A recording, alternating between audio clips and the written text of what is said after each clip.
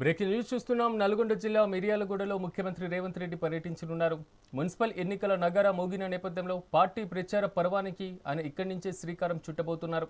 పర్యటనలో భాగంగా 200 కోట్ల రూపాయల వ్యయంతో నిర్మించనున్న యంగ్ ఇండియా ఇంటిగ్రేటెడ్ రెసిడెన్షియల్ స్కూల్కు ముఖ్యమంత్రి శంకుస్థాపన చేయనున్నారు.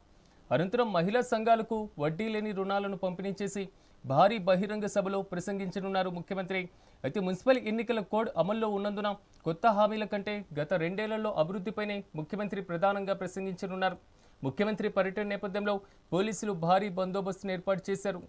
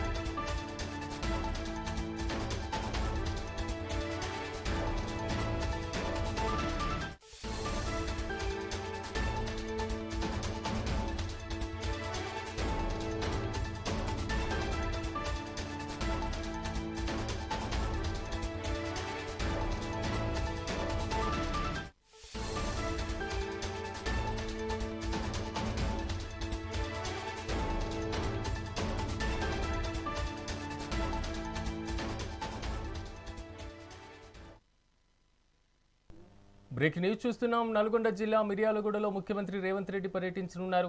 మున్సిపల్ ఎన్నికల నగారా మోగిన నేపథ్యంలో పార్టీ ప్రచార పర్వానికి ఆయన ఇక్కడి నుంచే శ్రీకారం చుట్టబోతున్నారు. పర్యటనలో భాగంగా 200 కోట్ల రూపాయల వ్యయంతో నిర్మించనున్న యంగ్ ఇండియా ఇంటిగ్రేటెడ్ రెసిడెన్షియల్ స్కూల్కు ముఖ్యమంత్రి శంకుస్థాపన చేయనున్నారు. అనంతరం మహిళా సంఘాలకు వడ్డీ లేని రుణాలను పంపిణీ చేసి భారీ బహిరంగ సభలో ప్రసంగించనున్నారు.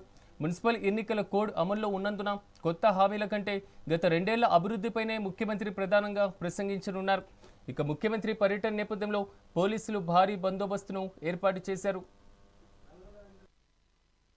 ఇక ఇదే అంశానికి సంబంధించి మరింత సమాచారం మా ప్రతినిధి వెంకటరెడ్డి అందిస్తారు. వెంకటరెడ్డి, చెప్పండి, ముఖ్యమంత్రి పర్యటనకు ఎలాంటి ఏర్పాట్లు చేయడం జరిగింది? అట్ ద సేమ్ టైం ఎప్పటి వరకు ముఖ్యమంత్రి అక్కడికి చేరుకునేటువంటి అవకాశాలు కనబడుతున్నాయి? పూర్తి అప్డేట్స్ ఏంటి?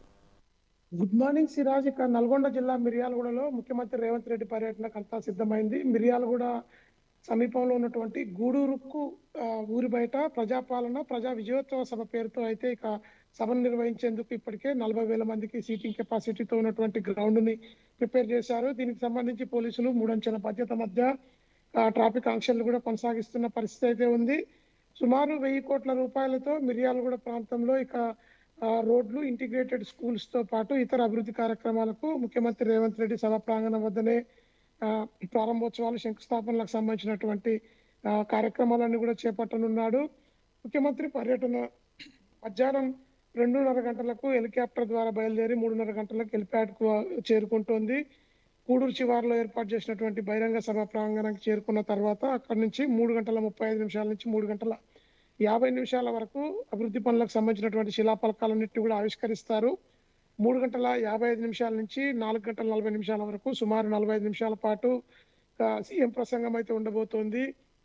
గ్రామ పంచాయతీల్లో గెలిచినటువంటి సర్పంచుల కోసం ఏర్పాటు చేసినటువంటి ప్రజాపాలన ప్రజా విజయోత్సవ సభ పేరుతో ఈ మున్సిపల్ ఎన్నికల్లో భాగంగా ఆ ప్రాంతంలో 1000 కోట్ల నిధులను వెచ్చిస్తూ కూడా ఇక కార్యక్రమాలు ఉండబోతున్నాయి. దీంతో రాజకీయ ప్రాధాన్యతనైతే సీఎం పర్యటన తో రానుందని అయితే కీలకంగా అయితే నిపుణులు భావిస్తున్న పరిస్థితి అయితే ఉంది.